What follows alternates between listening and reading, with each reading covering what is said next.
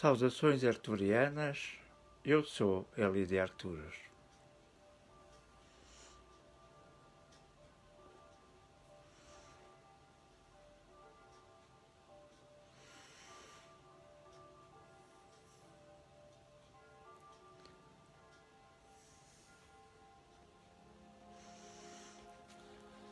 Do ponto de luz da mente de Deus, que flua a luz às mentes dos homens, que a luz deixa a terra. Do ponto de amor no coração de Deus, que flua amor aos corações dos homens, que o Cristo volta à terra. Do centro onde a vontade de Deus é conhecida, que o propósito guia as pequenas vontades dos homens. O propósito que os meus conhecem e servem. Do centro a que chamamos a raça dos homens, que se manifesta o plano de luz e amor, e fecha a porta onde se encontra o mal. Que a luz, o amor e o poder restabeleçam o plano divino sobre a terra, hoje e por toda a eternidade.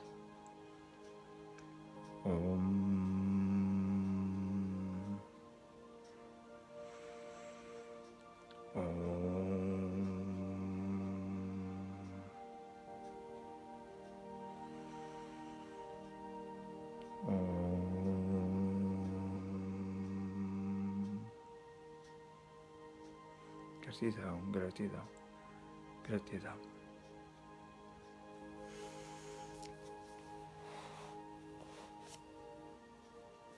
Não só vim em horário de surpresa, como também vim com um tema surpresa, como eu procuro trazer para todos vós para o entendimento.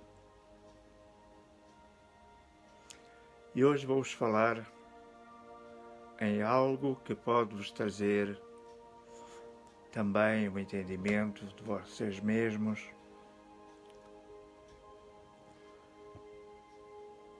que é sobre os caminhos que a mente percorre até identificar uma situação que ocorra na vossa vida. Seja ela de ordem física, mental ou espiritual, a vossa mente, ela serve de gatilho para muita coisa que ainda não consegue identificar.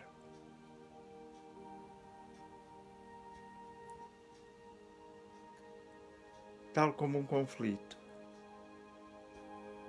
O que faz potencializar um conflito na vossa vida é realmente a falta de conhecimento, que vos leva a sentirem-se atingidos por uma opinião alheia, porque não ouvem o discurso do outro até ao fim. E não escutar o discurso do outro até ao fim é o primeiro passo para a criação de um conflito que começa internamente a dominar-vos e depois externamente a tomar conta de vós. O segredo para um conflito, seja ele qual for, com quem quer que seja, é o de não tentar impor razão alguma. É o de falar uma única vez, após ter escutado até ao final o que o outro tem para dizer.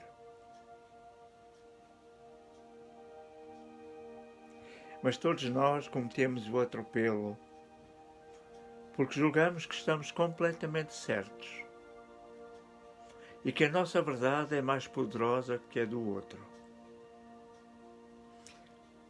quando na realidade o outro também sente a mesma coisa. Então, como dialogar? Utilizando uma tática. E uma tática muito interessante para sanar qualquer conflito. Havia uma civilização que eram os índios Toltec, em tempos, uma civilização muito evoluída. E essa civilização, seja bem-vinda, Fátima, e também a outra pessoa que chegou e não se identificou. Eu gostaria que se identificasse ao grupo, por favor, para que todos nós soubéssemos com quem realmente ou para quem estamos a falar. E então, uma das técnicas para realmente sanar qualquer conflito, a primeira, ouvir até ao fim. Podemos logo e à partida sentir que não concordamos, mas vamos ouvir até ao fim a razão do outro. E depois vamos aplicar essa técnica que eu hoje vou ensinar. Uma técnica que muitas vezes, seja bem-vinda, Mira, muito boa tarde, seja muito bem-vinda. E então, é assim, os índios Toltec tinham um grande conselho dentro da sua tenda tribal e sendo uma tribo extremamente evoluída, eles não tinham conflito com ninguém à sua volta. E não tinham conflito com ninguém à sua volta porque eles tinham encontrado uma chave para a comunicação. Primeiro, como eu disse no início, sem querer ser repetitivo, ouvir o outro até ao fim. Porque se não ouvimos, é sinal, se não temos a capacidade de ouvir, é sinal de que alguma coisa não está correta em nós. Se não temos a capacidade de aceitar a verdade do outro como sendo a nossa verdade também, então alguma coisa está errada em nós. Então os Toltecas o que é que faziam? Tinham um pau sagrado, simbolizado aqui, ou o pau com que eu toco a minha taça, ok? Um pau sagrado, e a pessoa que ia falar, fosse o regente da tribo, fosse quem quer que fosse, ele segurava o pau. Segurava a minha mão, ainda, para muita coisa, a minha mão direita era à esquerda, por isso eu apresento da mão esquerda. Não interessa, uma mão ou outra segurava o pau. Aquele pau simbolizava uma coisa, o direito dele falar até ao fim. E simbolizava também o pau sagrado da comunicação, segundo a crença deles. Então ele tinha o pau na mão e, expondo toda a sua teoria, tudo aquilo que ele queria dizer, terminava, passava ao outro, sentava, ficava em silêncio. E o outro vinha, expunha tudo o que tinha que expor, e assim decorria o grande conselho tribal.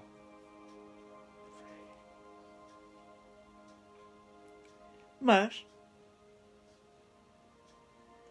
as grandes civilizações e os grandes comunicadores das grandes civilizações perderam este hábito. E como perderam este hábito, não sabem o que é comunicar. O que é comunicar? É degladiar razões? É gerar conflito porque se acha mais do que o outro, que a sua razão é suprema em todas as coisas? Neste caso, estou eu do lado de cá, estão 3 pessoas do lado de lá. E é interessante. Para mim, qualquer uma das pessoas presentes na sua experiência de vida e naquilo que ela tenha aprendido é tão importante quanto eu. Hoje sou eu a gravar, amanhã será um de vocês e eu a assistir. E entrar no espectro da comunicação é também tentar perceber até que ponto é que aquela comunicação ressoa dentro de nós e se não ressoar dentro de nós, vamos ouvir e vamos tentar perceber porque é que não ressoa. Porque é que uma teoria não ressoa dentro de nós? Porque é que uma apresentação seja do que quer que seja, não ressoa dentro de nós. Porque por vezes acontece um fenómeno.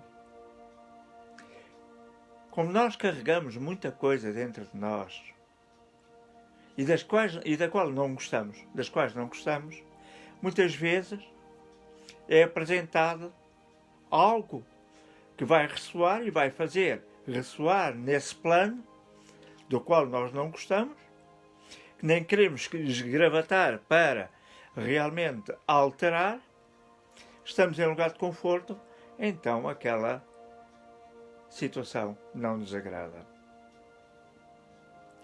E aquela situação não nos agrada e vamos querer sempre contrapropor a nossa forma de ver e sentir as coisas. Mas nunca se esqueçam, o primeiro conflito nasce sempre dentro de vós. Eu, quando estou junto de alguém com o qual não concordam, o primeiro conflito nasce sempre dentro de mim e é o meu ego negativo, como eu tenho falado noutras gravações, o meu ego negativo que vai ativar e vai se sentir atingido e que vai ativar também a perspectiva do eu sei mais que os outros. Quando eu volto a afirmar que nada sei, vou aprendendo e vou praticando. E é isso que me permite também ir também ensinando, baseado nas experiências, baseado em tudo quanto eu aprendi e tudo quanto eu aprendo ao longo do meu percurso de vida de 62 anos na matéria, não é? E de 40 anos de trabalho holístico. E muitas vezes nós facilitadores ou nós terapeutas holísticos, ou que buscamos o conhecimento, também não nos sabemos comunicar. Quantas vezes eu vejo nas formações em que eu sou convidado para participar, em que as pessoas estão sedentas, para mostrar a sua realidade, sem ouvir até aquele orador, naquele momento, falar até ao fim. O seu facilitador falar até ao fim. Eu costumo dizer nas formações que dou, e não são tantas ou tão poucas quanto isso, que tudo o que eu ensino é baseado em tudo o que eu experienciei. Tudo o que eu experienciei ressoa dentro de mim para eu sair sempre do lugar de conforto, para poder ir à luta, investigar e aprender, e até aprender-me a comunicar convosco. Seja com quantas pessoas estiverem a assistir este direto, eu procuro sempre aprender a comunicar-me convosco com simplicidade. E o que é comunicar com simplicidade? É aceitar que o outro tem a sua sabedoria e que pode somar com a minha. Não é ativar o meu ego negativo ou permitir que ele se ative, de forma a que eu entre no conflito e vos diga: não, eu estou neste momento a dizer que é assim e tem que ser assim, porque comigo funcionou. Não, meus caros, isto não é comunicação. Embora tenhamos que ser disciplinados, mas isto já toca as raias de uma energia que eu não quero ativar. Embora já tenham havido alguns alunos meus que me tenham obrigado a pisar esse campo, pelo excesso em que entraram, mas logo de seguida lhes peço desculpa e digo-lhes: entendam porque é que eu disse isto desta forma. Nós muitas vezes somos impulsionados para o conflito, porque carregamos o conflito dentro de nós. É muito importante, se vamos para uma formação ou se vamos falar com alguém, que nós à partida sabemos que é uma pessoa com uma apetência para o julgamento, para a crítica, nós vamos nos armar com uma grande arma, que é a paciência. Porque se nós ativamos a paciência, ativamos a compaixão. Se nós ativamos a compaixão, temos o nosso amor por nós e pelo outro ativado.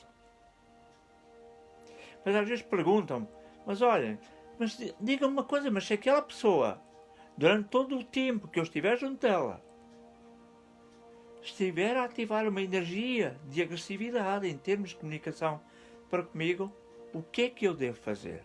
Simples. Não vão atrás da história.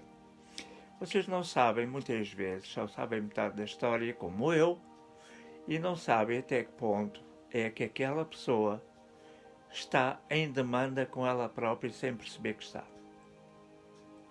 Está em conflito com ela própria sem saber até que ponto é que está em conflito com ela própria. E até que ponto ela, na infância dela, as próprias feridas emocionais que foram ativadas durante a sua infância, foram gerar realmente uma pessoa azeda, uma pessoa amarga, uma pessoa que na realidade não está bem consigo nem com o mundo. Isto não é crítica, nós sabemos perfeitamente que muita gente aparece na nossa vida assim, e nós também.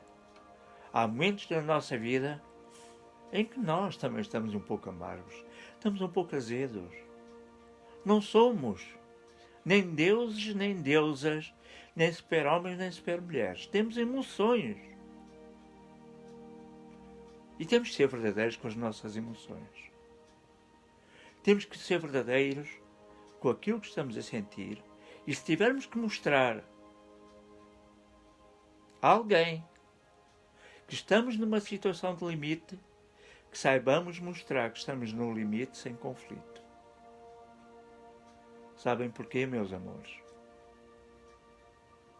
Porque, por vezes, o outro está tão embrenhado no seu sofrimento, como nós podemos estar embrenhados no nosso sofrimento, na nossa dor.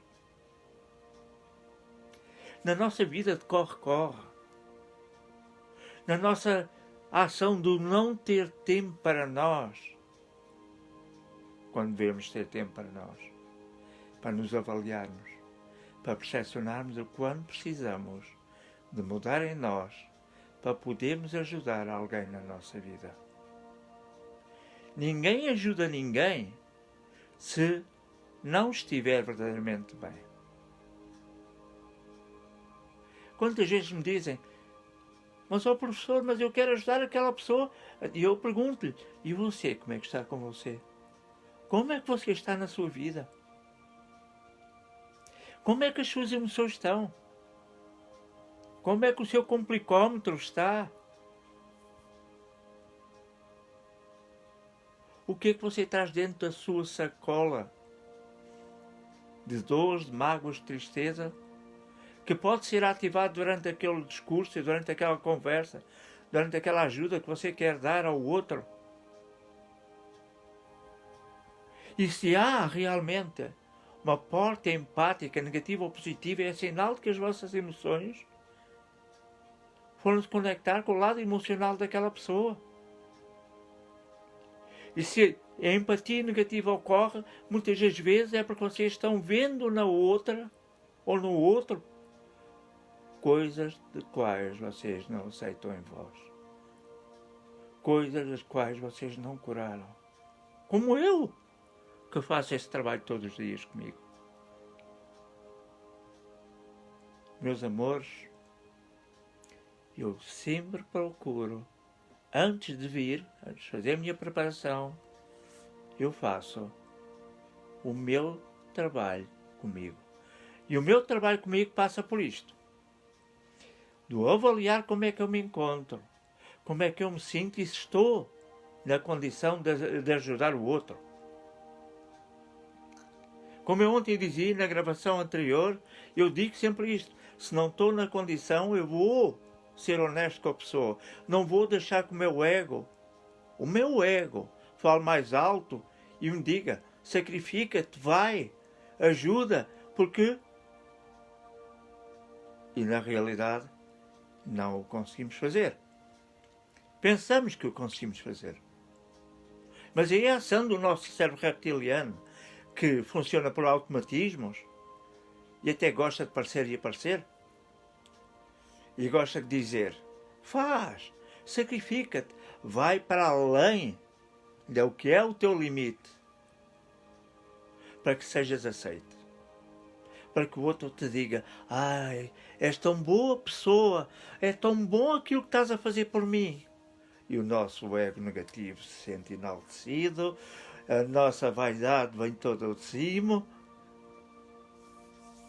E falando português, fizemos uma grande caca e não percebemos.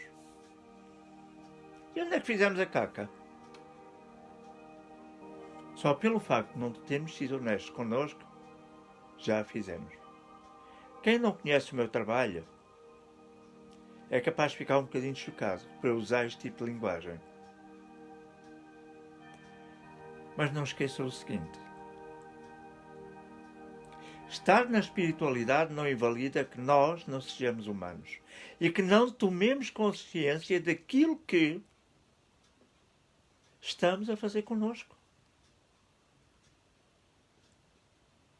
Por enquanto, tal como eu não me canso de dizer, por enquanto ainda somos seres terrenos que precisamos ter uma noção do nosso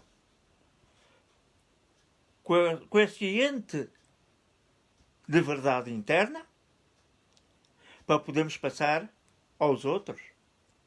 Se não há coeficiente de verdade interna, não há capacidade de ser verdadeiro nem connosco, nem com os outros. Então vamos gerando mentiras pessoais, que vamos espalhando ali, procurando mostrar que somos o melhor da pradaria, que somos melhor do que o outro, porque fizemos este curso, o curso XPTO, a formação XPTO, e não curamos as nossas emoções, até com essas ferramentas, não. Nós muitas vezes fazemos o quê?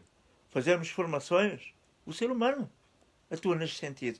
Faz muitas formações no sentido de dizer assim, aqui está uma ferramenta, eu não vou trabalhar muito isto em mim, porque com certeza vou encontrar coisas em mim que eu não gosto, com as quais não concordo, então não vou usar. O que é que eu vou fazer? Vou ensinar aos outros, mas não vou pôr em prática.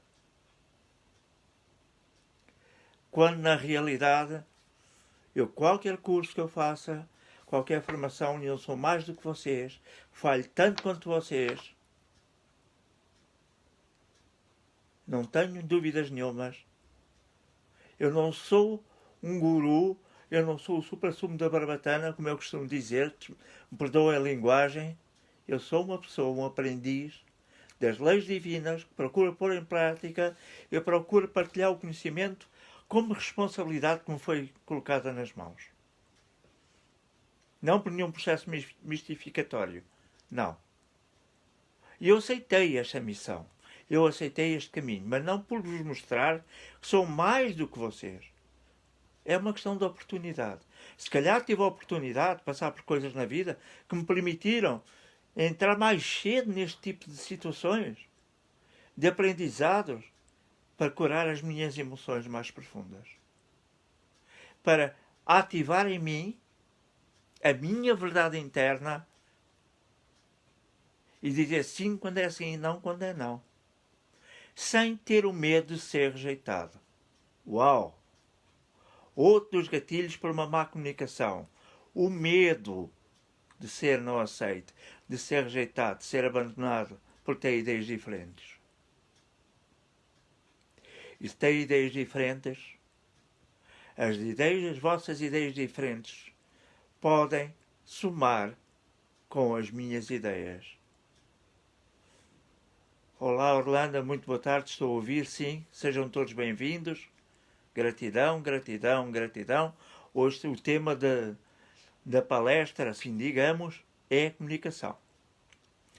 Então, a comunicação exige ser feita com conhecimento. O conhecimento, em primeiro lugar, do nosso próprio limite. Até que ponto eu me posso comunicar com o outro? Até que ponto o meu ego está ativo naquele dia para querer mostrar que sei mais que o outro e rechaçar sobre o outro e não ouvir até ao fim a sua razão? Até que ponto eu não ouço o conhecimento do outro? Porquê? Porque, como eu falei há pouco, para quem não ouviu no início, nós temos um complicómetro. Esta coisa que está aqui, complicómetro. E ele tem uma tendência de atuar muito na energia da terceira dimensão, em que nós só vemos o quê? O que queremos ver. E o que aceitamos que é a nossa verdade, quando todos temos partículas de conhecimento, todos temos partículas de verdade, que até pode ir ao encontro daquilo que nós precisamos de ir aprender, mas nós recusamos ouvir. Quantas vezes as pessoas me perguntam, então, mas você diz que falha e que erra? Você não é um professor? E eu pergunto, e o ser professor não faz de mim humano? Não faz de mim um ser errante quanto os outros? E eu, quando digo que às vezes falho mais, é pelo facto de, e pode ocorrer, falho mais pelo facto de ter grande responsabilidade e querer às vezes também atender a outras situações. Não é? Mas tudo é uma aprendizagem. Não sou grande nem pequeno. Sou o que sou. Mesmo num processo de ascensão, por isso eu trago vários temas completamente diferentes, porque a aprendizagem é um dos constituintes para nós libertarmos os dogmas existenciais em que vivíamos. Os modelos comportamentais que nós escolhemos e que nós até sabíamos que alguns deles estavam errados, mas persistíamos neles para estar em lugar de acomodação. Mas mais grave que isso, muitas vezes não abandonamos por medo pessoal. Lá está. Medo. Medo de ser rejeitado, medo de ser abandonado, medo de ser traído, medo de ser injustiçado. Não é? E o medo é a primeira porta para o estado de estagnação interior. Meus amores, aqui há uns anos eu dei uma palestra no Brasil em que eu dizia: não adianta só pensar que aquilo que vocês pensam irá atrair isto ou aquilo. Não adianta. Eu não estou a rechaçar nem a dizer que as leis, como da atração, a lei da atração, ela funciona assim, mas ela é submetida a uma lei que ninguém quase fala.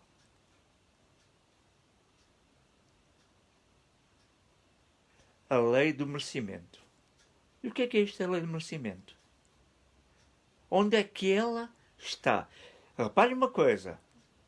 Na realidade existem 3 leis fundamentais, o resto são recriações do ser humano. No mundo da espiritualidade maior existem 7, mas nós só podemos lidar com 3 básicas. A lei causa e efeito, muita gente conhece. A lei do retorno, muita gente conhece. E a terceira lei, a lei do uso. Mas a quarta lei, a lei do merecimento, é a partir do merecimento. Se nós realmente fizermos uma evocação a quem quer que seja, aos arcturianos, por exemplo, eu sou arcturiano, ao nosso anjo da guarda, seja a quem for, devemos ter em atenção o seguinte: como é que poderão estar os meus registros akáshicos? Se os meus registros akáshicos estão descompensados, e eu vim precisamente a esta vida para passar por todas estas provações, como eu dizia ontem e hoje, estou só repetindo para outras pessoas que cá estão de novo, então vou ter que passar. Não há arcturiano, não há pleiadiano, não há siriano, não há oriano, não há ninguém que altere isto se vocês tiverem que passar por aquele caminho. Isto é assustador, mas é real. Mas a realidade é esta. Se nós, aqui nesta existência, trilharmos o caminho da verdade interna, de ativarmos em nós a nossa verdade interna, nos conectarmos com a nossa crença interior, e se falarmos várias vezes ao dia com ela, se conversarmos com ela várias vezes ao dia, o nosso dia vai ser mais fácil. E até vamos para uma situação de conflito, seja no trabalho, seja onde quer que seja, por exemplo, numa situação que nós sabemos que aquilo pelo lado de lá é como é, nós vamos ser tributos para o equilíbrio. Porque nós vamos equilibrados. Nós vamos com a nossa energia amorosa ativa e vamos dizer assim: eu ativo o portal da compaixão de Mãe Kuan Yin, ou Mãe Maria em mim, antes de sair de casa, para que a sua luz, segundo o meu merecimento, nunca esqueçam, segundo o meu merecimento, atue sobre mim, de forma a eu entrar ali naquele local e não me sentir manifestado por aquele conflito. E que, se possível, me auxiliem a fazer o meu trabalho mental de sanação.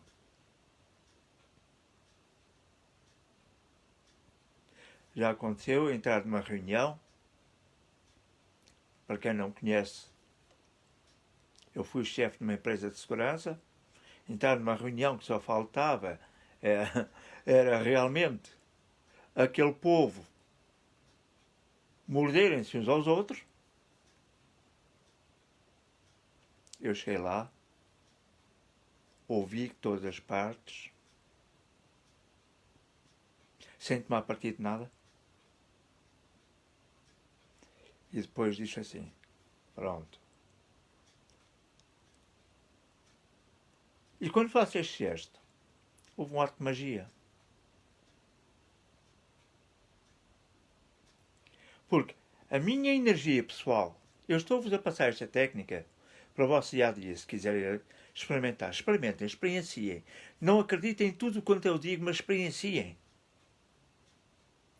Então, cheguei lá, sinto que eu faço isto. Eu abri o meu chakra cardíaco para eles. Abri a minha espiritualidade interna para todos eles. Depois de os ouvir, o conflito foi decrescendo até que acabou. E eu depois, à lei de brincadeira, disse assim: pronto, já nos divertimos todos um pouco, agora vamos resolver as coisas de forma séria e honesta. Claro que isto gerou um pouco a risada, mas eles entenderam. Porque é muito importante em comunicação perceber uma coisa: o outro é o outro. Ele não sente, não vibra, não age igual a nós. E não vão para as coisas, seja para o que é que seja, levando à avó da desilusão. A avó da desilusão, quando aparece, meus queridos, não há coisa que dure muito com a avó da desilusão ativa. A mãe da desilusão é a ilusão. Algum de vocês é capaz de dizer, eu gostaria de ver por escrito, sim, se não, quem é a avó da desilusão? Alguém sabe? Não tenho problemas de agir comigo. Eu leio.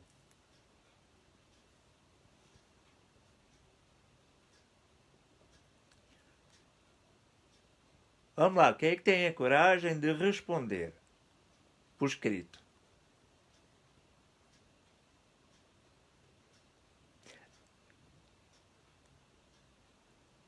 Já temos um não sei. Quem é que sabe quem é a avó da desilusão?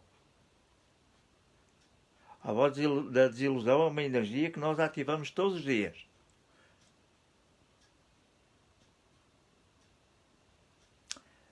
A avó da desilusão é a expectativa. Porque a expectativa, ela obedece a um quadro. É a expectativa. É a expectativa. O querer algo ou a imaginação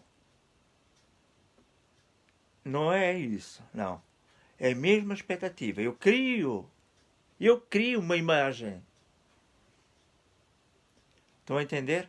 Eu crio uma imagem e crio realmente de como seria se as coisas fossem tal e qual como eu estou a pensar. 99% das relações funcionam mal por causa da expectativa. Connosco e com o outro. O que é que a expectativa faz? Se ela obedece a um quadro mental, muitas vezes, fruto das nossas emoções, das nossas energias desqualificadas, o que é que vai acontecer? Também vai criar um falso quadro de realidade. E depois o que é que vai acontecer? Vai criar, porque assim, a expectativa gera a ilusão. Lembra-se que eu vos disse?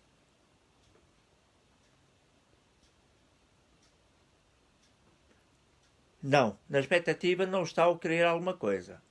Na expectativa está o quadro que nós queremos em relação a alguma coisa. Porque o querer alguma coisa passa por aceitar que podemos ter ou não. Agora, a expectativa, imagine, amanhã, Fátima, imagine eu amanhã seja bem-vinda, a Fátima está na Alemanha, é assim, eu digo assim à Fátima, eu amanhã, você é fisioterapeuta e eu quero marcar consigo e eu alimento uma expectativa em relação ao seu trabalho, porque gosto de si, enquanto ser humano que é, e vou alimentar um quadro de expectativa. Não é de querer. É mesmo expectativa, é mesmo ilusão. Porque o querer não é ilusório. O querer é o poder. Eu quero uma coisa, eu foco na coisa sem expectativa e trabalho para que essa coisa aconteça. É diferente. Agora, com a expectativa, eu crio logo um quadro cor-de-rosa à volta daquilo. Eu, como investigador da área mental, que sou há muitos anos, estou cansado de ver pessoas viverem a expectativa e dizendo que a vida lhes corre mal. Então o que é que acontece? Devemos de observar como é que nós estamos. E devemos dizer assim, eu daquilo não espero nada. Vou como observador. Faz sentido? Faço. Não faz sentido? Não faço. Porque muitas vezes a expectativa é movimentada por quê? Pela simpatia. Lembra-se que eu lhe disse como exemplo? Então eu digo assim, olha, vou até a Alemanha, vou fazer, por exemplo, uma massagem com a Fátima. Fazer um desbloqueio das minhas articulações com a Fátima. Percebe? Então, eu vou lá. Mas eu levo um quadro mental sem conhecer verdadeiramente a Fátima. E nós, muitas vezes, em comunicação, levamos uma expectativa criada. Quando vamos para um emprego, levamos uma expectativa criada das duas uma. Ou chegamos lá e modificamos aquilo, tudo temos o poder para isso, nem queremos obedecer às regras, ou então chegamos lá e vamos querer aquilo tudo cor-de-rosa. E nada é cor-de-rosa.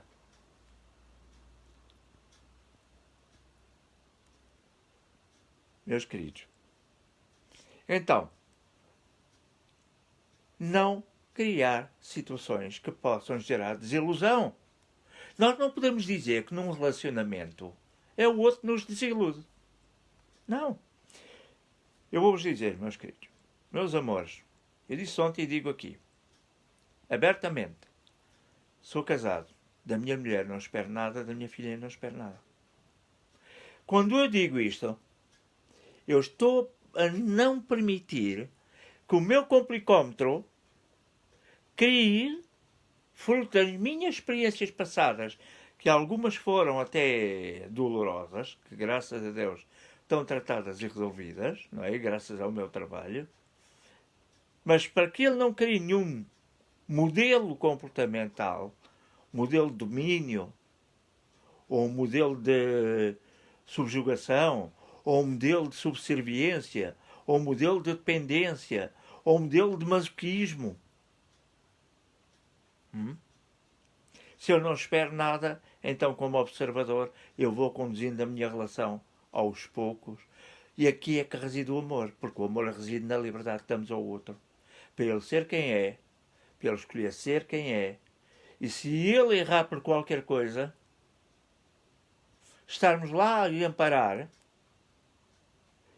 e dizer-lhe assim, próxima vez, com certeza vai ser melhor. Porque muitas vezes erramos porque estamos desatentos. Estamos desatentos. É uma questão de tornarmos mais atentos. É uma questão de estudar mais, é uma questão de aprender mais. É uma questão de deixar que o nosso ego negativo fique lá quietinho no canto dele e dizer assim, ok.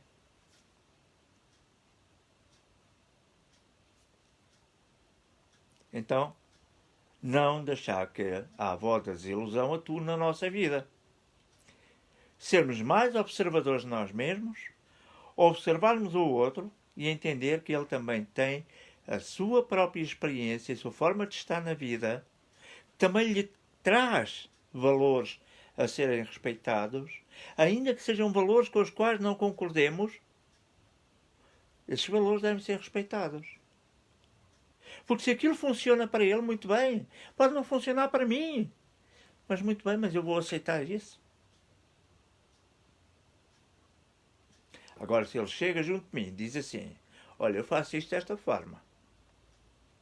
Qual é a sua opinião, professor? Eu sempre digo isto. Raras vezes eu piso este risco. Olha, isto é assim e assim, que normalmente é feito. É assim que eu faço. Agora, deixa ao seu critério fazer como entender. Sejam todos muito bem-vindos os que estão a chegar. Gratidão profunda. Sejam todos... Entendam isso. Quando nós deixamos isso, como num relacionamento, aqui há uns tempos eu disse a alguém o seguinte, eu escolho para ti o que é o melhor para ti, não o que é o melhor para mim. Porque naquilo que é melhor para nós, o que é que nós fazemos? O melhor para nós é sempre baseado no conceito e no preconceito. E é baseado na forma como nós experienciamos a vida. Então o que é que nós queremos fazer? Queremos dizer ao outro, epá, olha, esta folha de papel é melhor para ti. Experimenta lá, toma lá a folha de papel, toma a folha de papel. Já te disse, aceita a folha de papel. Não.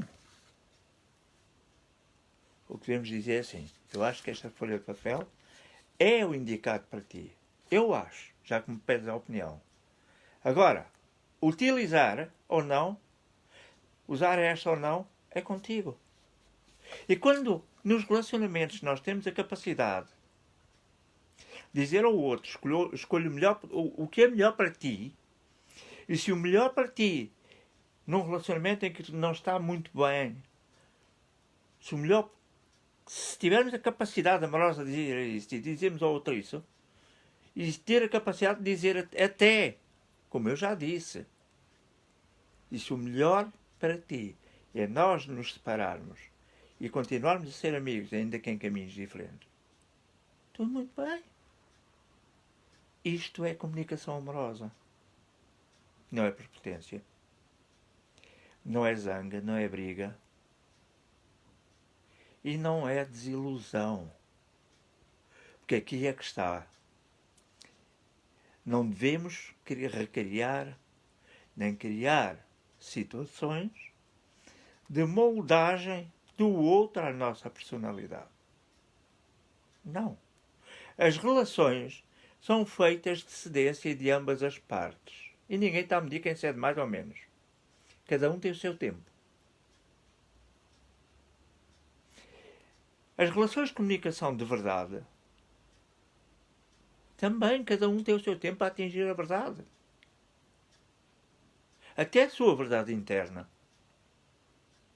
Nós não podemos, lá porque somos formadores, alguns de nós, e porque trabalhamos uns com códigos sagrados numéricos, outros com códigos arturianos, outros com códigos, outros que são tarólogos, outros que são mestres de Reiki. Nós não somos detentores de toda a sabedoria. Eu vou-vos contar uma coisa para vocês perceberem tudo isto. Eu não estou aqui a deitar conversa fora. Estou-vos a dizer que é possível entender isto. E fazer. Aqui há muitos anos, eu tinha sido convidado. Eu atualmente moro em Cascais, mas morava em Lisboa. E tinha sido convidado para ir à parede a um workshop. E estava lá a filha, uma moça com 15 anos de idade, a filha da senhora que promovia o workshop.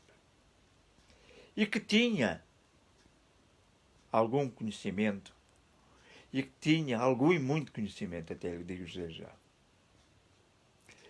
E ela que tinha alguma confiança comigo já, chegou ao pé de mim e disse: Eli, eu até brinquei com ela, falei assim: o que é que eu fiz agora? Fala uma coisa, ela é brasileira, fala uma coisa. Qual é a diferença entre um homem inteligente e um homem sábio? Meus amores, aqui este vosso amigo ficou assim, olhar para a moça. Parecia literalmente aquilo que, desculpa a terminologia, parecia um burro a falar, olhar para um palácio. É um homem cheio de estudos, com formação universitária, com formação na área da psicologia. Qual é a diferença entre um homem inteligente?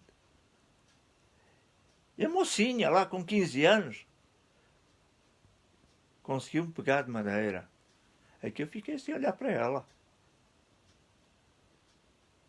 Então comecei a desfilar um rosário de teorias, de teoremas, e aquela coisa toda, sabe? Aquelas coisas que nós julgamos que sabemos. Para não admitir que não sabia. Como vê. E ela ria. Quanto mais eu falava, mais ela ria. E só fazia. E eu cheguei a um ponto. Eu olhei para ela e disse assim: eu vou calar, não sei mesmo. E ela perguntou uma coisa. E custava muito admitir que não sabemos. Você criou aí uma fantasia. Ela falou para mim isto. E eu já tinha 40 e tal anos. Tinha vindo do Brasil há pouco tempo. Tinha acabado o meu curso de Psicologia há pouco tempo. Então, você custava alguma coisa admitir que não sabia? Pois é, meus queridos. Quantas vezes fazemos isto? E ela, então, não sabe, pois não? Sei não. Eu assim para ela, sei não. E um pouco, até naquela altura, eu hoje até rio em relação a isto, não em relação à mensagem que ela me passou, não, mas à minha postura da época. Temos de ter a coragem de olhar para trás, para certas e determinadas atitudes que tomámos no passado, e rirmos. Até de nós mesmos. E o rir de nós mesmos não denigre nada. Não nos tira pedaço. Entendam isso. E então a resposta foi esta. E ela ainda me colocou numa posição mais difícil. Estou lembrado. E a posição foi essa. E você é um homem sábio ou é um homem inteligente? Se eu não sabia uma resposta para uma, também não sabia a resposta para outra. E ela estava tirando o sarro da minha cara, como se diz no Brasil. E eu acabei por rir. E eu aí, sem qualquer problema, disse, não sei, se não sei a primeira, não sei a segunda. Meus queridos, o homem inteligente, ele faz um montão, mas um montão de cursos. Ele quer aprender tudo. Ele quer saber tudo. Mas não partilha. Ele vê aquilo como tesouros que são só dele, que custou a lá chegar. Ele é inteligente ali. Só. Custou a lá chegar, ele não partilha o conhecimento. E atenção, o que eu vou dizer a seguir é a resposta à pergunta dela. Atenção, que ela depois me disse. Não quer dizer que eu me considero um sábio.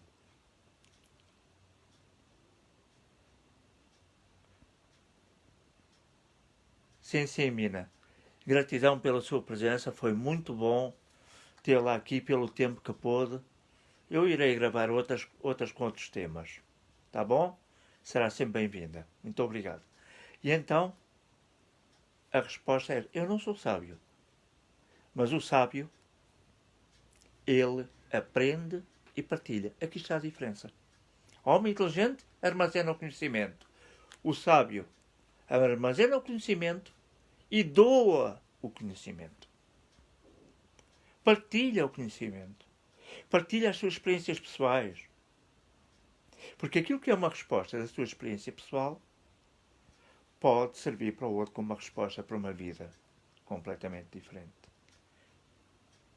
E é muito importante este tipo de comunicação.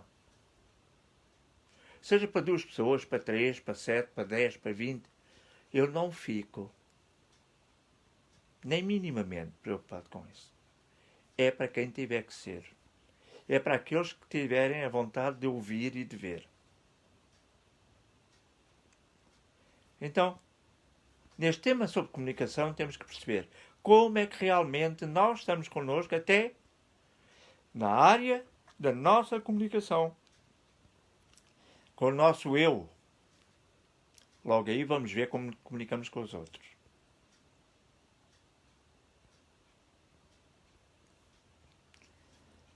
Não tenham medo de se comunicar.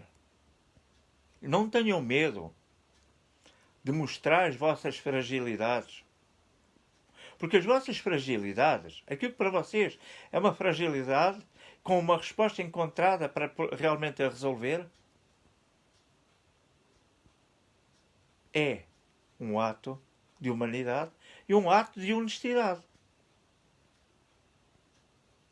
Eu não posso mostrar as minhas fragilidades. Eu não posso mostrar que erro. Eu não posso, porque eu sou um guru, eu sou um professor, eu sou... Meus queridos, não funciona. Não há mentira que perdure. Nem as nossas mentiras pessoais perduram para toda a vida. Por isso é muito importante perceber. Se queremos ser espirituais, se queremos estar na espiritualidade, o primeiro caminho para sermos verdadeiramente espirituais é a verdade, é a honestidade com que falamos. Ainda que essa honestidade e essa verdade não seja aceita pelo outro, não temos que querer agradar a toda a gente. Uma vez estava num curso, dando um curso, ok? Houve alguém que se levantou e disse: isto não pode ser feito desta forma. E eu disse-lhe, em vez de rechaçar aquela verdade, eu disse-lhe logo: ok, vamos tentar todos para ver se funciona. Para não ser só eu a experienciar. E de facto não funcionava. Mas não vamos cortar a hipótese o outro mostrar o seu ponto de vista. E devemos fazê-lo com muita compaixão e com muita moderação. Eu peço desculpa pelo meu jeito de falar, por vezes peço exaltado. Não é. É realmente assim. Eu tenho uma particularidade e na minha particularidade é a direção com que falo. E até porque estou longe do telefone, porque o telefone emite verde negativo e eu também estou em processo de salvaguarda. Então, eu quero ser espiritual. O que é ser espiritual? É dizer tudo que sim?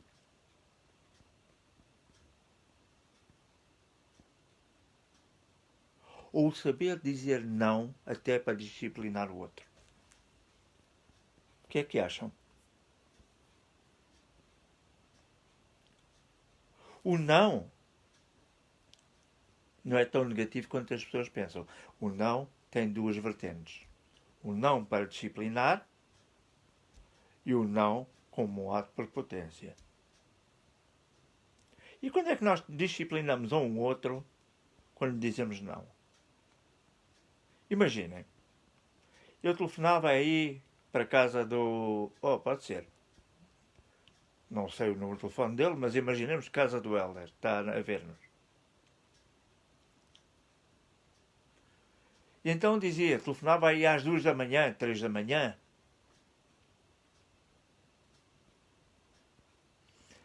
E o Helder, que não me conhecia bem, mas queria ser uma ótima pessoa, estavam-me a ouvir e perguntavam, onde é que você está? Eu dizia, estou no ponto X. E o Helder abandonava o seu descanso, abandonava tudo sem explorar mais da minha história, da minha verdade, ok? E saía correndo, sem saber, até sem medir as consequências. E fazia aquilo uma vez. Ora bem, eu, percebendo isso, e tendo a mesma energia que toda a gente tem, que é a da acomodação, do lugar de conforto, continuava a cometer erros, porque sabia que existia um Helder, ou uma Orlando, ou uma Luísa. Seja bem-vinda, Luísa Cabral. Em qualquer lugar, queria servir no meu carro de bombeiros. Então o que é que eu fazia? Já sabia. Tinha um número de telefone. Se eu estava na pior, gerado por mim, então eu ligava para um deles e dizia, olha, venham-me buscar que eu estou aflito. O não, entrei como disciplinador e como ordenador da não criação de dependências. Então o que é que ele serve? E o Helder, entretanto, já tinha adquirido, ou Orlando, ou Luísa, adquirido alguma forma de estar na vida e já estava cansada das minhas coisas. E o que é que fazia? Não. Aquilo que eu podia fazer por si já fiz. Eu hoje não posso. E quando me dissesse eu hoje não posso, já estava a contribuir para a minha evolução. Só que as pessoas não percebem isso. Contribuir para a minha evolução de que forma? Seria uma ação motivadora para eu sair do lugar de conforto, não voltar a cometer o mesmo erro, observar as coisas de forma correta e perceber mais e menos isso. Se continuasse assim, ficava sozinho. Ficava literalmente sozinho. Não tinha uma única pessoa que me apoiasse. É verdade. Então, mas onde é que está aí o amor incondicional? O amor incondicional também tem um limite. Quando nós temos a capacidade, e como disse a Orlando, diz muito bem, saber dizer não no momento certo, é um bem que fazemos para o outro e um bem que fazemos para nós. Se eu tenho 2 canetas, eu dou uma caneta. Se eu tenho uma, eu tenho que auxiliar, aí sim, o outro a alcançar a sua caneta. E aí temos um velho ditado de um grande mestre da sabedoria, que foi um show da terra, foi Confúcio. Confúcio dizia, se alguém te pedir um peixe, vocês conhecem isto, não lhe o des, ensina a pescar. O meu papel para convosco, nestes diálogos, seja com uma pessoa, seja com 5, seja com 10, seja com quantas forem, é, em alguns aspectos, vos dar algumas ferramentas para vocês pescarem o vosso peixe. Vocês até podem saber isto tudo. Mas porquê é que muitas vezes não praticam? Porque estão em lugar de conforto. E comunicar também é sair do lugar de conforto. Às vezes temos de comunicar coisas que nos doem e que não comunicamos por uma questão de orgulho e vamos entrar num processo de relação tóxica com alguém e estamos a intoxicar mais a relação porque não fomos verdadeiros connosco, não fomos verdadeiros com o outro. Não nos comunicamos na nossa verdade interna. Não fomos capazes de dizer não, eu não posso, com medo de ser rejeitado, com medo de ser abandonado, com medo que o outro dissesse, opa, afinal de contas, como alguém disse há pouco tempo, alguém me ligou e disse assim, ó professor, eu tenho este problema assim, assim, assim, assim, assim, assim. Sim? Você pode me ajudar? Posso. Não, mas ajudar em que termos? Vamos desmontar isso, essa situação, os dois em conjunto, e eu posso lhe trazer algumas chaves que a poderão levar a sair desse problema. Ah, não! A mim o que me disseram é que o senhor era bom a resolver problemas. Se o senhor não resolve o problema das pessoas, o senhor nem professor é, nem é nada. Não é bom.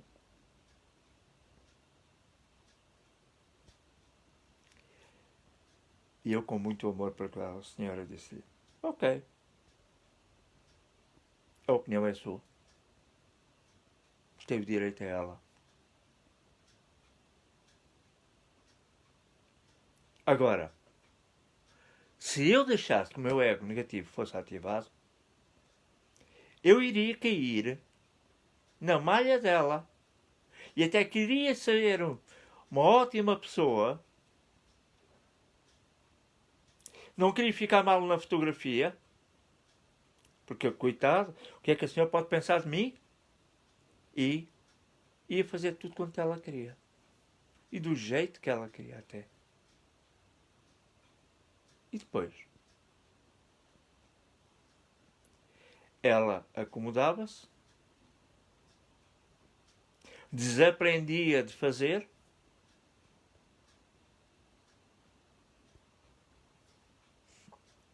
e o responsável tinha sido eu. Quando alguém estiver numa situação difícil, se quiser, acompanhe a pessoa, ajude a pessoa a resolver, mas não resolvam para ninguém. Se tiverem chaves de ativação que podem passar para essa pessoa para ela aprender, tudo bem. Se não conseguirem, se não tiverem, digam-lhe, sejam honestos. Eu não estou em condições, porque estou a passar uma fase difícil da minha vida, eu não posso embrenhar-me em mais uma situação. Isto não é desprimor nenhum. Isto é uma verdade que por vezes nós não queremos mostrar. O outro magoou-nos. Seja bem-vinda, Ana Rita. Muito obrigado pela sua presença. O outro magoou-nos. Mas nós possivelmente magoamos-nos mais quando não somos diretos, quando não somos verdadeiros, com muito amor, com muita compaixão para com o outro, em mostrar-lhe que ele nos magoou. Sem acusações. Dizer-lhe, olha, vamos os dois analisar a situação, vamos ver até que ponto é que podemos explorar a melhoria desta situação, ao invés de bater de frente, ao invés de cair de frente com a pessoa. Não. A pessoa possivelmente, se nós não somos corrigidos, continuamos a elaborar os mesmos erros. Se ela não é corrigida, continua a elaborar o erro. Mas até para corrigir um erro no outro, nós temos de ter sabedoria. Temos de ter compaixão pelo seu percurso de vida. E temos que ter em atenção a forma como nos comunicamos com a pessoa. Ah, mas a pessoa é conflituosa. Temos que pensar no seguinte: o que é que a levou a ser conflituosa? O que é que ela armazena no seu banco de memória do seu subconsciente, que é o banco de memória das memórias permanentes, que ainda está a interferir com o aqui e agora e faz com que ela seja conflituosa? que é que faz? O que é que leva a pessoa a fazer isso? O que é que leva a pessoa a perder a noção? Não é? E ter alguns atos inapropriados para connosco. Não sabemos. Muitas vezes o outro está refletindo sobre nós, até algo que nós já praticamos contra o outro, e a lei do próprio retorno, e aqui vou entrar no plano da espiritualidade, a lei do retorno às vezes ela se manifesta. E vejam, eu tive alguém a quem eu atendi, tinha tido uma má relação com alguém.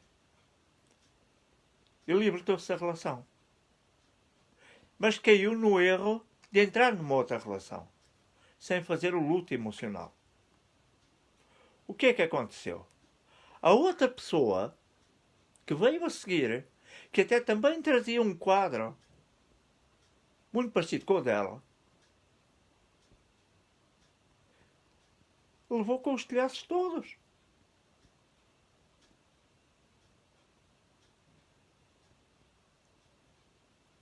Falamos também em linha de pensamento e atração. Linha de pensamento e atração. Atraímos aquilo que temos o merecimento. Só. E não merecemos tudo. Porque os nossos registros acásticos estão lá atrás, a determinar. Termos os senhores dos registros acásticos das nossas vidas passadas, que ele é que vai dizer sim, se não, se pode, se não pode. Mas muitas vezes enchemos de nós próprios e achamos que temos o direito a tudo. Ter direito é uma coisa, ter merecimento é outra.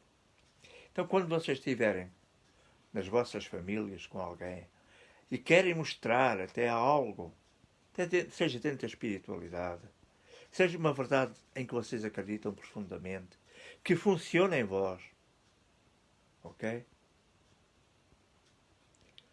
Se quiserem usar a chave que eu uso, basta só dizer, olha, eu experienciei assim, o meu resultado foi assim. Se quiser experimentar, tudo bem. Mas tu é que sabes. E passam a bola para o outro lado, para não gerar conflito. Agora, se vocês ficam uma vez a bater no ceguinho, que me perdoem a linguagem, 2 vezes a bater no ceguinho, vocês, como eu costumo dizer, estão sujeitos a levar com a bengala do ceguinho. Só se comunica verdadeiramente quando falamos uma vez e respeitamos o espaço do outro. Uma vez. Porque o outro, muitas vezes, o que é que ele faz? Quer que nós repitamos. Porque ele está em estágio de carência. Como está em estágio de carência, ele precisa ouvir mais uma vez. E mais uma vez não é porque não tenha entendido. É para lhe darmos atenção. E perguntam-me, mas as pessoas não merecem atenção? Merecem. Mas merecem a atenção quem vê. Porque até a carência ativa. Eu hoje pus, de uma colega minha do Brasil, pus um vídeo e partilhei no Facebook que fala sobre isto. E é verdade, o que ela diz é real. A carência ativa o nosso egoísmo pessoal. Nós queremos, quando estamos em estado de carência, queremos a atenção toda para nós. Quando temos a ferida da rejeição ativada em nós, também temos o estado de carência ativado, ou a ferida do abandono. Ela não é ativada no estado adulto, normalmente é ativada quando somos crianças. Nós trazemos isso e queremos a atitude do outro toda para nós. E o que é que acontece connosco? Quanto mais fazemos isso, mais nos distanciamos e mais criamos um nó que vai apertando na relação até que a relação já não é coisa nenhuma, até que a relação já não há comunicação na relação, até que as duas pessoas já entram dentro da mesma casa, até evitam tocar-se, até que as duas pessoas estão lá, evitam olhar-se nos olhos. E depois chega um ponto, até dormem, são capazes de se acomodarem por uma questão financeira, viverem na mesma casa, cada um no seu quarto. e ali não há mais nada. É que nesse caso já nem há comunicação de bom dia, boa tarde, boa noite. Não há nada. Porquê? Porque a relação entrou em estrangulamento. Se entrou em estrangulamento, está a um fio de partir, de desaparecer. Então por isso mesmo devemos observar. Pela manhã eu sempre faço isto e à noite. À noite vou avaliar o meu dia. De manhã vou-me avaliar como é que eu estou, como é que me encontro, emocionalmente, mentalmente, fisicamente, energeticamente e até espiritualmente para o meu dia. E se eu não estiver bem, porque tenho o direito de não estar bem, eu digo à pessoa, eu hoje não estou bem, vamos remarcar para outro dia. Se formos terapeutas é assim.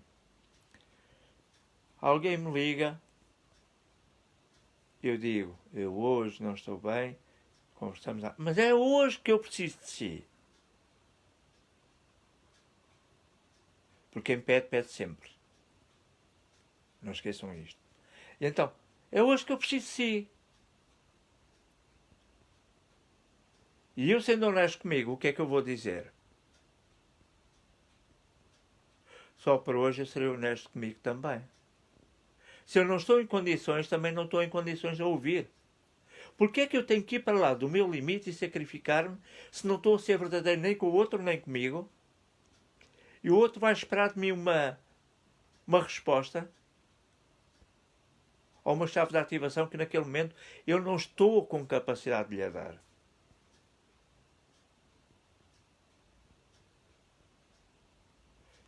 Ser em ascensão também passa por não perder a noção da nossa humanidade, minhas queridas e meus queridos. Se perdemos a noção da nossa humanidade, também perdemos a nossa integridade. Enquanto seres que estamos em evolução, sim, mas não somos, nem devemos ser, não é? Vítimas do nosso ego e do nosso orgulho pessoal. Quantas vezes aparecem pessoas que dizem assim, olha, mas eu faço tudo por toda a gente e ninguém faz por mim.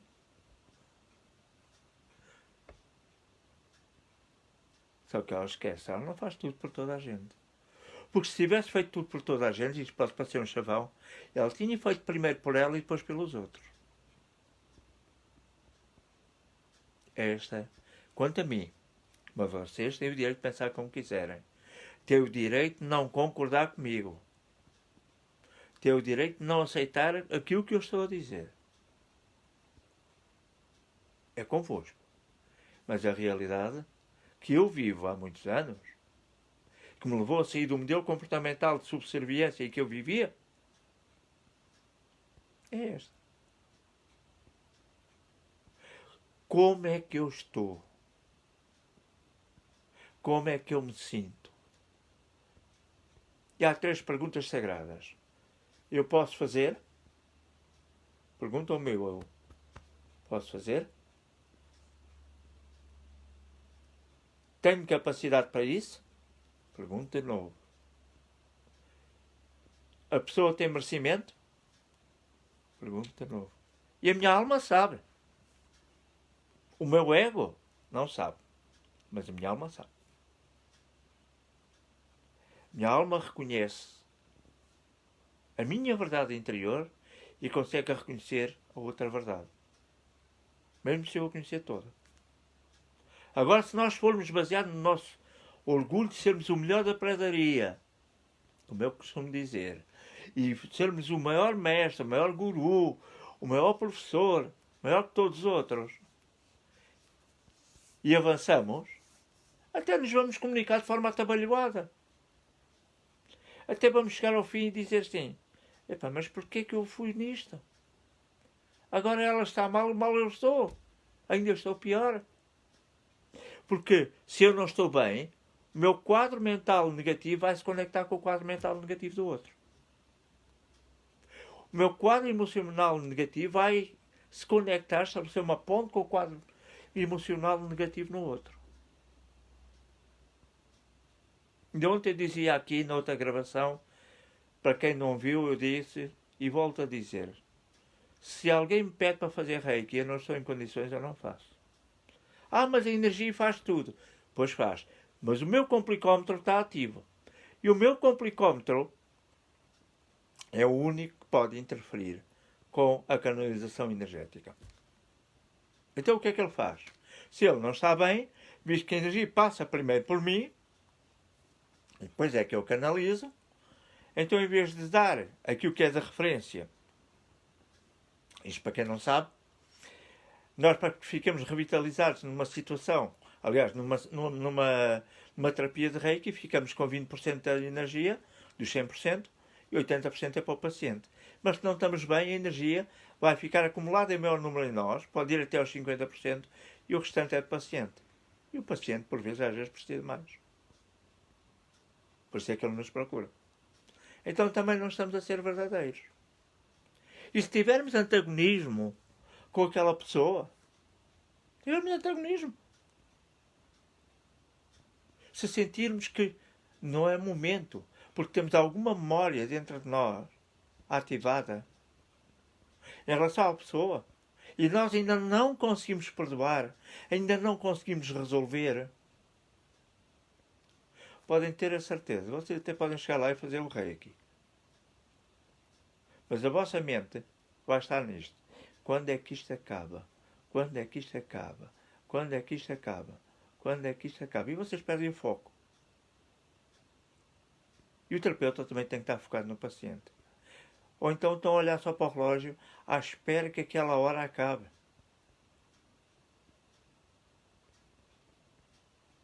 Muitas vezes isto acontece porque o terapeuta não tem a capacidade de se autoavaliar.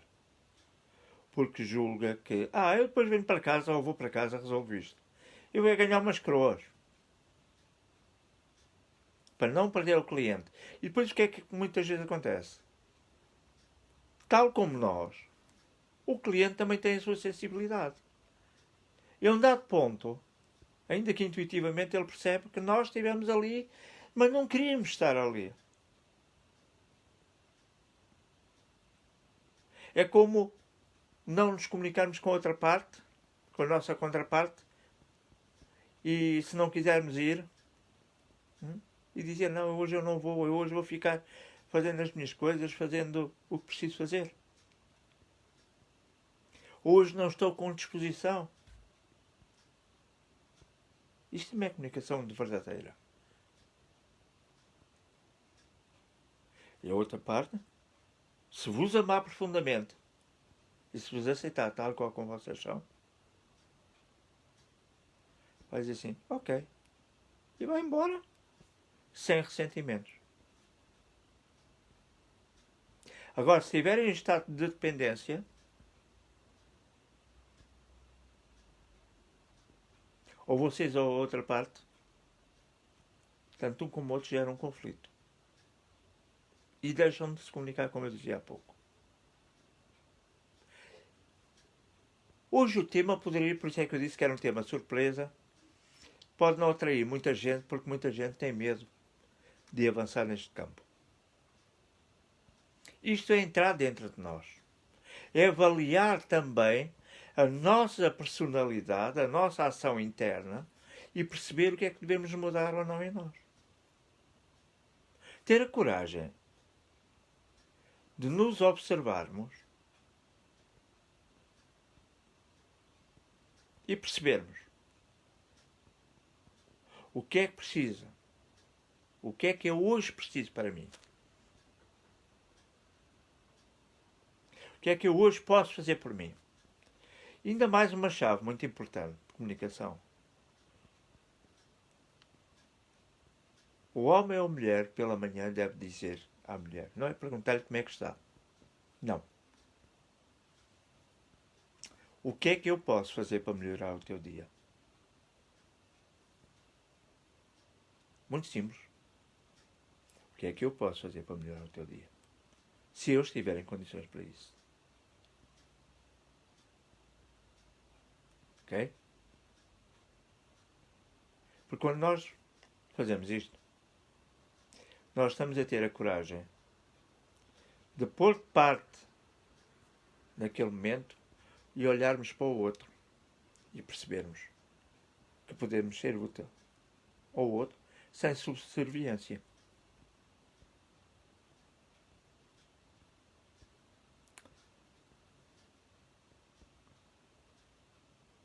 O amor e a comunicação são duas ferramentas extremamente importantes para a vida, principalmente no tempo em que vivemos. Eu me comunico de forma correta, sem expectativas. Ponto. O amor está ativado em mim. Eu entro na expectativa, eu crio um quadro de desilusão e, em terceiro, tenho um conflito. Em primeiro lugar comigo e depois com os outros. Quando vocês conseguirem perceber que esperar que o outro corresponda à vossa expectativa, vocês por simplesmente estão a aniquilar os vossos relacionamentos.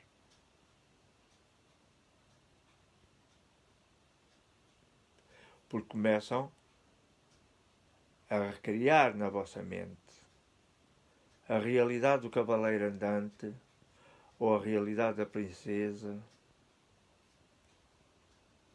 Depois vão verificar que é uma pessoa como outra qualquer, dotada de beleza física ou não, mas tem o seu lado de sombra, o seu lado de luz ativo, que nós temos que aprender a aceitar. Tem realmente os seus atos, que podem ser um tanto ou quanto diferentes dos nossos, mas é a diferença completa nas relações. Não é igualdade completa nas relações.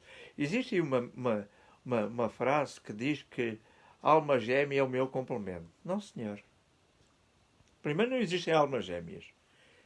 Foi só realmente alguma coisa que foi criada para justificar os bons relacionamentos. Se a alma é gêmea, entendam. Se a alma é gêmea, se a gêmea tem os mesmos sentidos, as mesmas... Não é? E sentir e se praticar as coisas de igual forma, já viram a monotonia que era no relacionamento. Duas pessoas diferentes, elas completam-se em alguns aspectos. Elas já são diferentes por isso mesmo. Num casal, eu quando faço terapia de casal eu falo sobre isto. Quando o homem aceita a mulher, não como veículo para ter filhos, ou veículo para ser saco de boxe, mas respeita a sua integridade emocional, ele está a aceitar o seu lado feminino. Quando a mulher respeita o homem, ok? Na sua integridade emocional, na sua integridade pessoal, e não se serve dele para obter proventos, está a respeitar o seu lado masculino. Porque ela também é detentora e ele também é detentor. E muitas vezes, quando estamos a discutir com uma senhora, eu vou-vos levantar aqui uma coisa que é muito engraçada. Quando estamos a discutir com uma senhora, nós não estamos só a discutir com a senhora. Estamos a discutir com o nosso lado feminino. Estamos a rejeitar o nosso lado feminino. O entendimento do nosso lado feminino. Estamos a querer ser cabra macho, como falam no Brasil, para não aceitarmos que o nosso lado feminino está lá.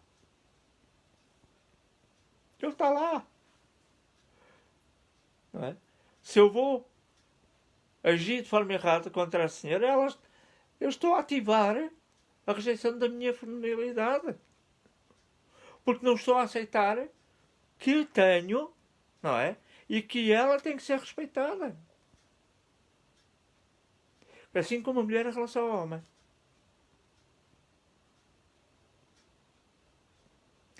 E quando as coisas não têm remédio, eu costumo dizer, depois de explorar tudo o que é possível, deveremos comunicar a outra parte que já chega, mas que podem requalificar a relação sendo amigos. E quantas vezes as relações começaram... Exatamente, Orlando. Quantas vezes as relações começaram e começam pelo lado físico. A mulher porque se fascina pela beleza do homem e o homem porque se fascina pelo corpo da mulher. Quantas vezes isso acontece e deixa de haver comunicação? Porque passa só a ver o lado físico da questão. Eles vivem intensamente uma relação física, mas não há um reconhecimento emocional. Não havendo um reconhecimento emocional, não é possível haver uma boa relação. Não é? As pessoas precisam fazer uma aprendizagem. Antes de se conhecerem pessoalmente, procurarem falar sem contacto físico. Mas isso permite toda a mentira. Permite. Mas se tiverem um objetivo, que é estabelecer verdadeiramente uma relação com a outra pessoa, sabem que isso não funciona. Então o que é que acontece? Quando conseguimos comunicar na realidade com outra pessoa à distância, sem jogos de cintura, sem nada, sem cartas guardadas na manga, estamos a ouvi-la, a captar informação sem sermos manipulados pela visão, nem num lado nem no outro, e começamos a percepcionar um pouco, porque somos seres inteligentes, como é que o outro funciona. E como é que ele está em relação à vida? Porque há inflexões de voz, há tempos e há formas de comunicação que nos trazem isso. Não é rechaçar logo a partir da relação, mas é observar, sem expectativa. E quando observamos sem expectativa, nós estamos a construir alguma coisa. Depois, aí sim, só depois de algum tempo, em contato com a pessoa, e continuo sem expectativa. E observá-la assim como vão ser observados. E se sentirem uma necessidade de um afago, sentir uma necessidade de dar um beijo, perguntem se podem. Se devem.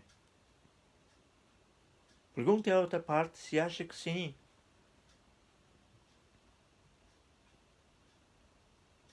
Porque quando vocês fazem isso, também estão a respeitar as vossas polaridades internas. Ninguém gosta de ser invadido. Ninguém gosta de ser absorvido e ninguém gosta de ser manipulado. E grande parte das relações deixam de funcionar porque as pessoas gostam de fazer jogos e não têm a coragem de aceitar quando o outro diz não. Estão sempre à espera de um sim.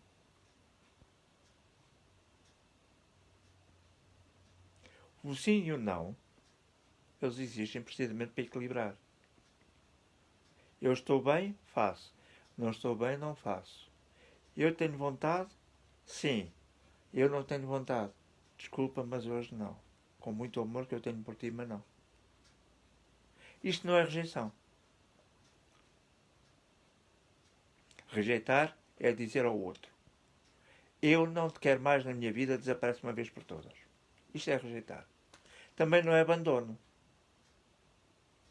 Porque o abandono diz: olha, eu hoje não posso. Não estou em condições. Eu não posso. E leva isto vários dias seguidos. Não. Eu hoje não estou em condições, mas espero amanhã estar. E se a pessoa vos amar, se a pessoa vos aceitar, vocês podem ter certeza que no dia seguinte até o amor por vocês aumentou, porque a pessoa foi honesta, foi verdadeira. Então, respeitar ambas as polaridades. Para sermos até ser espiritualizados, precisamos respeitar as nossas polaridades internas. O masculino e o feminino, não é? A emoção e a razão que há em nós. O ser espiritualizado não é só estar conectado com os anjos, com os arcanjos e com os santos. Não! Ser espiritualizado é também dizer não quando não temos condição de o fazer. Quando não temos condição de fazer uma coisa, é dizer não. E é estarmos de bem connosco. Não com o nosso ego, mas de bem com a nossa essência. E a nossa essência precisa que nós sejamos inteiros. Que sejamos um só. Não sejamos só meia pessoa. Que sejamos um todo. Um todo, estão a ver? E quando conseguimos ser um todo para o outro, sem esperar nada dele, ele entende. E ele ama-nos. Agora, nada de sacrifícios nos relacionamentos. Todo o sacrifício que é baseado, aliás, todo o relacionamento que é baseado no sacrifício, ele tende a acabar e a adoecer. Em primeiro lugar e depois a acabar. Quero dizer. Porque entrar em sacrifício é ir para lá do vosso limite emocional. Se vocês se sacrificarem para alguém, vejam bem como é que estão as vossas emoções, o que é que está ali ativo, qual a ferida emocional que está ativa, das 5 que eu vou enunciar: a rejeição, o abandono, a humilhação, a traição e a injustiça. Estas 5.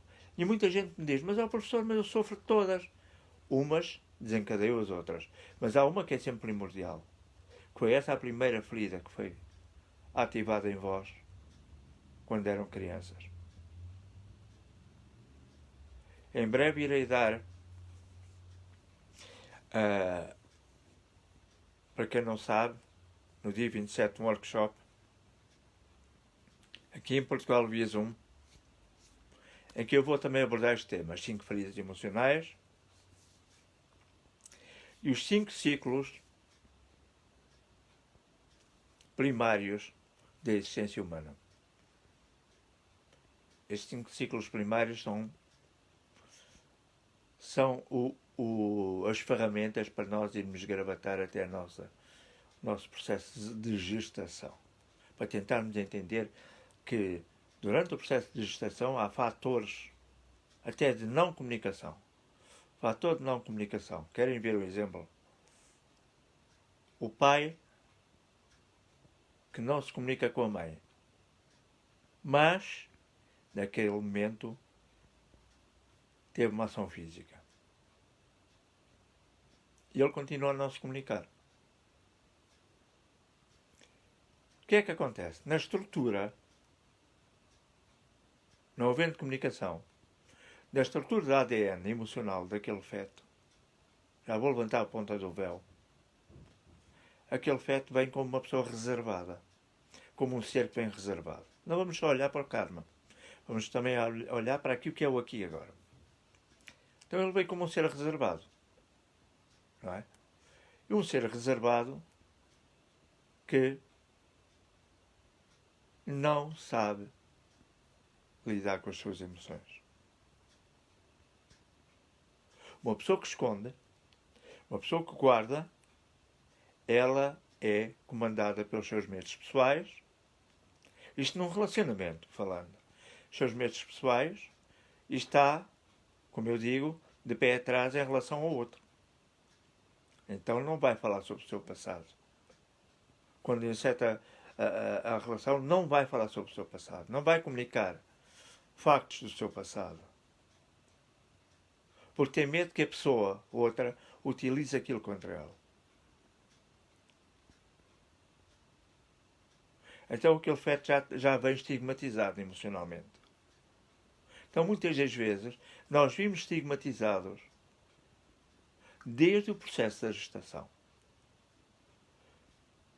E não esqueçam de uma coisa. O primeiro cérebro a ser formado, como eu dizia ontem e digo hoje também, é o reptiliano. Se ele é o primeiro, ele vai armazenar informação durante o processo da concepção e durante o processo da gestação.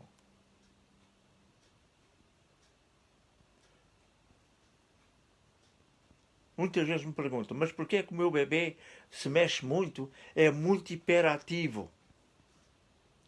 Eu já ouvi uma teoria muito engraçada. Isso é kármico, ele ainda vem como um cavaleiro que vem muito acelerado. Quem sou eu? E então, muitas vezes, ou a criança bem mais fechada ou mais hiperativa, porque muitas das vezes o pai é hiperativo. Os seus cromossomas vêm em hiperatividade, grande parte deles, e vai fundamentar a ação emocional na hiperatividade. E se for um hiperativo e uma mãe nervosa, podem ter a certeza que vão ter um bebê hiperativo. Se for um bebê muito apagado, observem a mãe e percebam como é que ela é, como é que o pai é. Perguntem à mãe como é que foi a gestação daquela criança.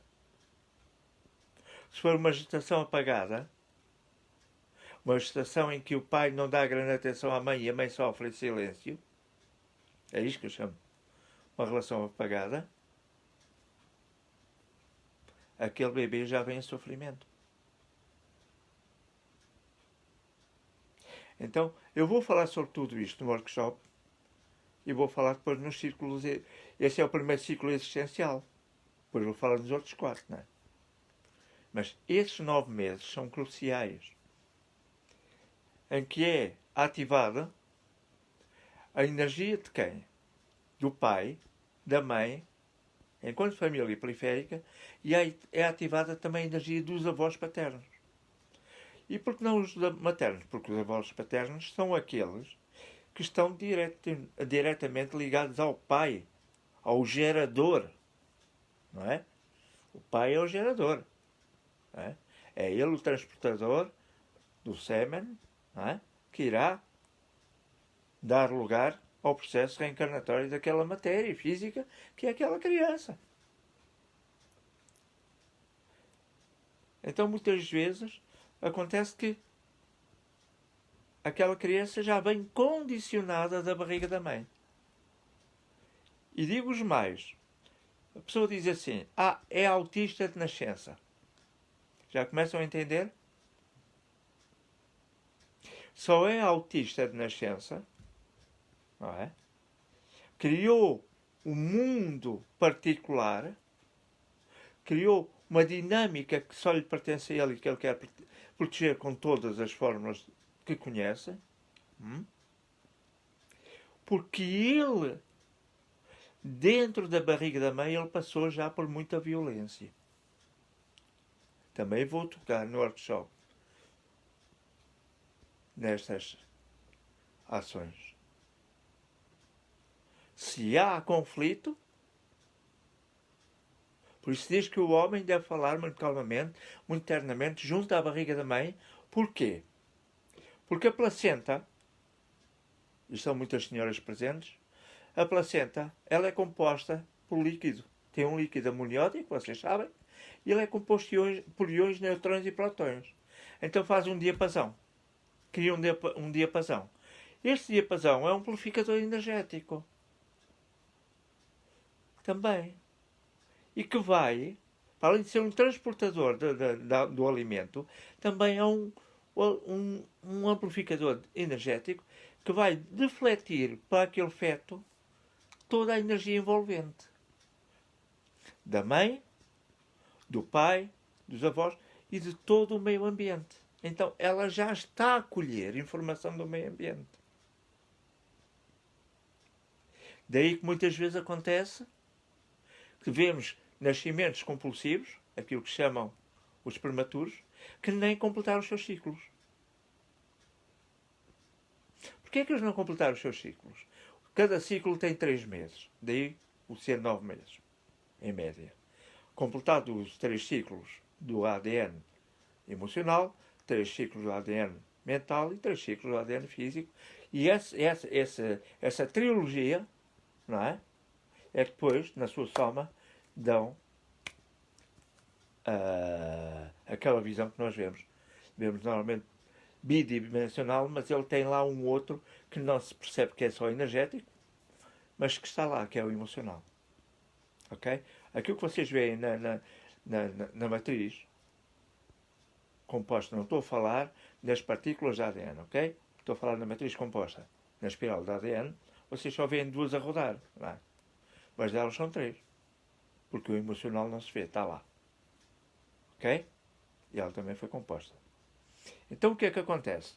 Muitas vezes o bebê já vem condicionado de lá e ou nasce compulsivamente, como eu disse, não completa os seus ciclos, porque ou a mãe foi mal amada durante o relacionamento, ou a mãe tem alguma disfunção hormonal conectada com a sua ferida emocional mais ativa. E as feridas emocionais vão criar, por vezes, disfunções orgânicas. Ou aquela mãe não quer ser mãe de verdade, também. Ou aquele pai rejeitou aquela criança. Pode acontecer. Ou então temos a criança que, sendo sensível à energia do conflito, que entra em recusa de nascimento, por exemplo.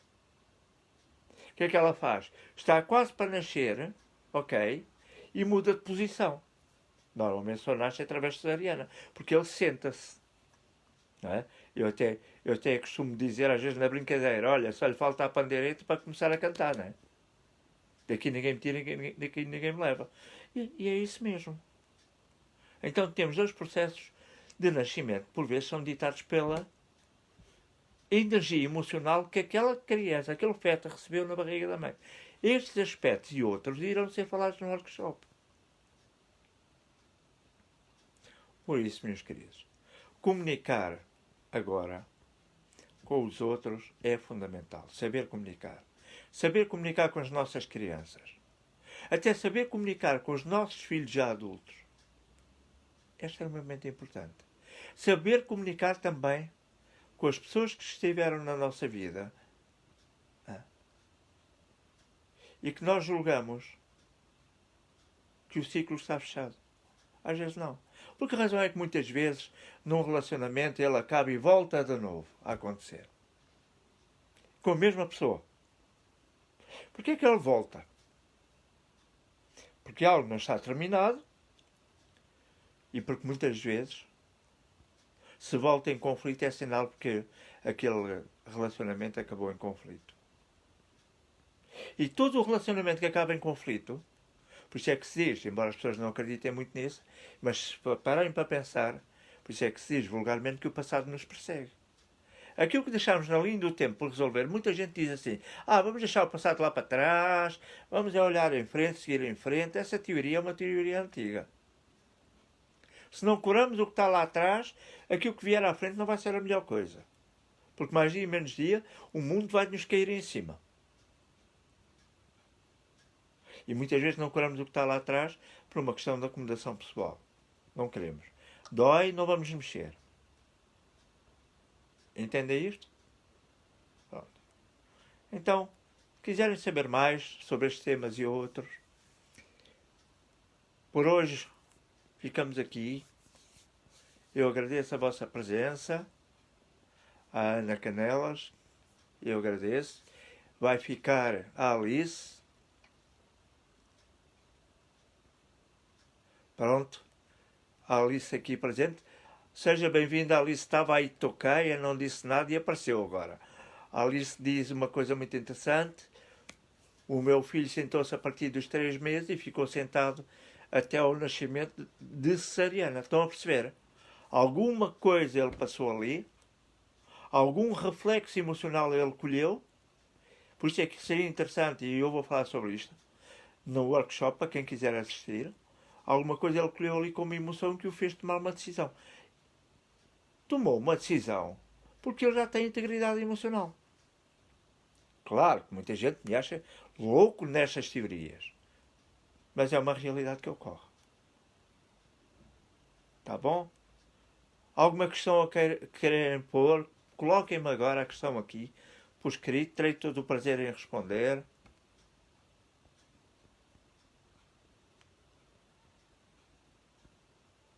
Vou dar alguns minutos. Temos 3 pessoas online. Essas 3 pessoas são tão importantes para mim como se tivesse a sala cheia. Como se tivessem, agora estão 2. Para mim são tão importantes porque eu, quando tenho que comunicar, comunico. Muitas vezes as pessoas dizem: "Oh professor, mas você também fala para o boneco?" Falo. Então não falo. Falo para o boneco e para a boneca. Dependendo de quem tiver a ouvir depois. E eu brinco com isto, como é óbvio. Eu é que agradeço pela oportunidade. Gratidão a todos os presentes. Espero que tenha feito algum sentido. Eu não sei quem é que riu, mas pronto, tudo bem. Se foi o Ricardo que estava toquei, olha. Se foi a Irlanda, olha, tudo bem, tem direito a rir, acho que sim. Eu agradeço. Até breve. Vão aproveitando, porque, tal como eu disse, Orlando, tá bom. Vão aproveitando, porque eu depois vou ter, como eu disse ontem, alguns dias em que não vou poder. Sim, sim, depois a lições é do princípio ao fim. Não vou poder estar presente a gravar. Já disse à minha mulher: vai ser uma bênção, não vou falar para vocês. Não é? E ela disse: vais-me dar mais trabalho porque vais estar a falar por gestos. E eu não entendo linguagem gestual. Vejam só o meu amor de pessoa que ela é, que já brincou com a situação. Eu adorei a brincadeira dela. E vai saltar a mandar mensagens. E eu. eu até vou. Se calhar até vou menos fazer isso. Eu é que agradeço a oportunidade de partilhar o pouco que sei e que experienciei ao longo desta vida toda. E vou. Amanhã é um outro dia, irei gravar mais um com um tema diferente. Mas desta vez vou-vos falar do pêndulo enquanto ferramenta. Como eu falo sobre tudo. O pêndulo enquanto ferramenta de não adivinhação. O pêndulo não adivinha nada. Este amigo que eu vos vou mostrar. E hoje não estão cá as pessoas que queriam ver.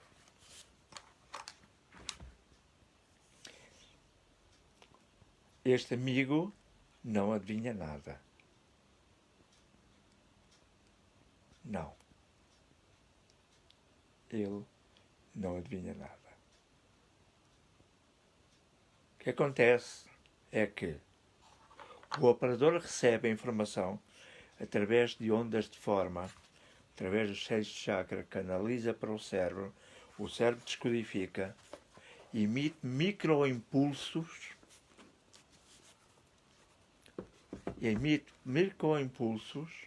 não é? Não controláveis